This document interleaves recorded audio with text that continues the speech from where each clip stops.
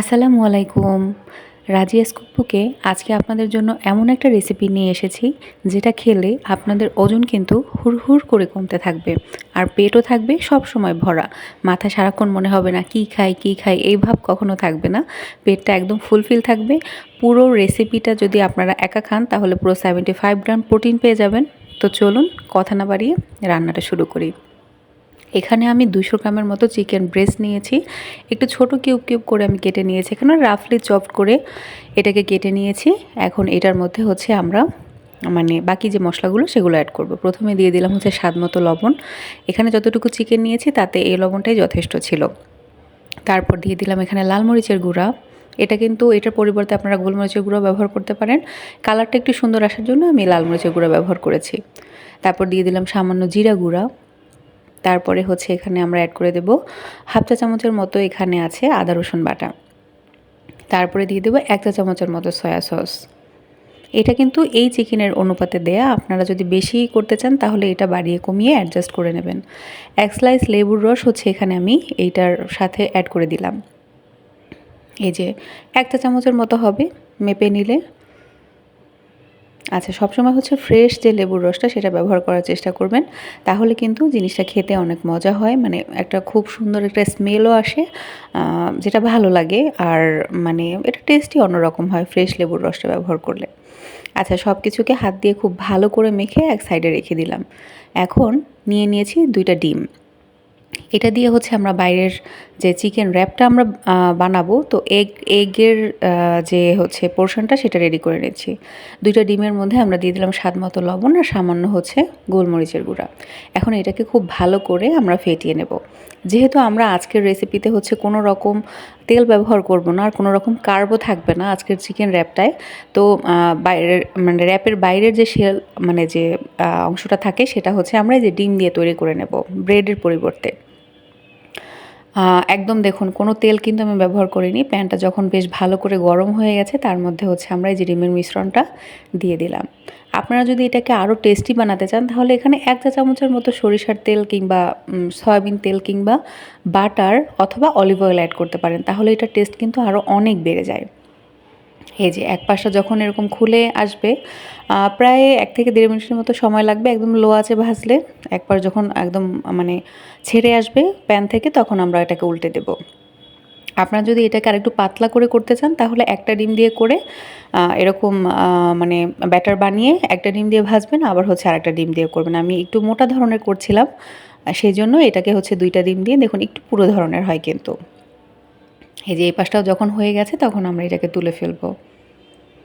আর এখন এই যে প্যান আছে এইটার মধ্যেই হচ্ছে আমরা যে চিকেনটা ম্যারিনেট করে রেখেছিলাম সেটা কিন্তু এই যে এটার মধ্যে দিয়ে দিলাম। কোনো ধরনের তেল কিন্তু আমরা ব্যবহার করিনি। এই যে চিকেনটা থেকে যে পানিটা বের হবে সেই পানিতেই কিন্তু চিকেনটা খুব ভালো মতো সেদ্ধ হয়ে যাবে। আর এটাকে যদি সুপার টেস্টি বানাতে চান তাহলে এই পর্যায়ে হচ্ছে 1 চা চামচ সরিষার তেল কিংবা একটু বাটার অথবা খুব সামান্য পরিমাণ অলিভ অয়েলও অ্যাড করে দিতে পারেন। তাহলে কিন্তু জিনিসটা আরও বেশি মজা হবে খেতে। এই যে সব কিছু একটু চিকেনটা ফ্ল্যাট করে দিলাম যেন ভালোভাবে সেদ্ধ হয়। তারপর হচ্ছে এটাকে ঢেকে আমরা রান্না করব। প্রায় 2 মিনিটের পর 2 মিনিট হয়ে যাওয়ার পরে যখন আমরা ঢাকনাটা তুললাম, দেখুন এখন কিন্তু অনেক পরিমাণে পানি বেরিয়েছে এই চিকেন থেকে। এই পানি দিয়েই কিন্তু পুরো চিকেনটা সেদ্ধ হয়ে যাবে, আর কোনো কিছু এক্সট্রা অ্যাড করতে হবে না। আবারও ঢেকে দিয়ে আমরা হচ্ছে একদম এটাকে শুকিয়ে যাওয়া পর্যন্ত রান্না করব। এই ফাঁকে হচ্ছে আমরা কেটে নিচ্ছি কিছু ধনিয়া পাতা। এই যে একটু ভালো করে রাফলি আমরা এটাকে কুচি কুচি করে নেব। আপনারা অনেকেই কিন্তু ভিডিও দেখেন, কিন্তু সেই ভিডিওটা কিন্তু আপনারা লাইক করেন না, কমেন্ট করেন না। আবার আমার অনেক ভিউয়ার আছেন যারা হচ্ছে সাবস্ক্রাইব করেন না কিন্তু ভিডিও দেখেন। একটা ভিডিও বানাতে কিন্তু অনেক কষ্ট হয়। তো আপনারা যদি সেই কষ্টের একটু মূল্যায়ন করেন, সাবস্ক্রাইব করেন, লাইক কমেন্ট করেন, শেয়ার করে দেন, তাহলে কিন্তু সেই কষ্টটাও অর্থিত হয়ে যায়, তাই না? আচ্ছা, এই যে শসাও কেটে নিলাম, আমরা কুচি করে নিলাম, আর ধনিয়া পাতাও কুচি করে নিলাম। এপাশে কিন্তু হচ্ছে আমাদের মাংসটা কিন্তু পুরোপুরি সেদ্ধ হয়ে গেছে। দেখুন আমি একটু ভেঙে ভেঙে দিচ্ছি, একদম সেদ্ধ হয়ে গেছে। আর অবশ্যই লো আছে কিন্তু এটা রান্না করতে হবে, তাহলে হচ্ছে পুড়েও যাবে না, আর যতটুকু পানি বের হবে চিকেন থেকে তাতে কিন্তু এটা সেদ্ধ হয়ে যাবে। এই যে উপর দিয়ে একটু ধনিয়া পাতা হচ্ছে দিয়ে জাস্ট নেড়ে চেড়ে আমরা এটাকে কিন্তু এখন তুলে ফেলবো, কারণ পানি কিন্তু শুকিয়ে গেছে আর চিকেনটাও সেদ্ধ হয়ে গেছে। এই যে এখন হচ্ছে আমরা এগুলোকে তুলে ফেলবো। দেখুন দেখতেই কতটা লোভনীয় লাগছে, তাই না?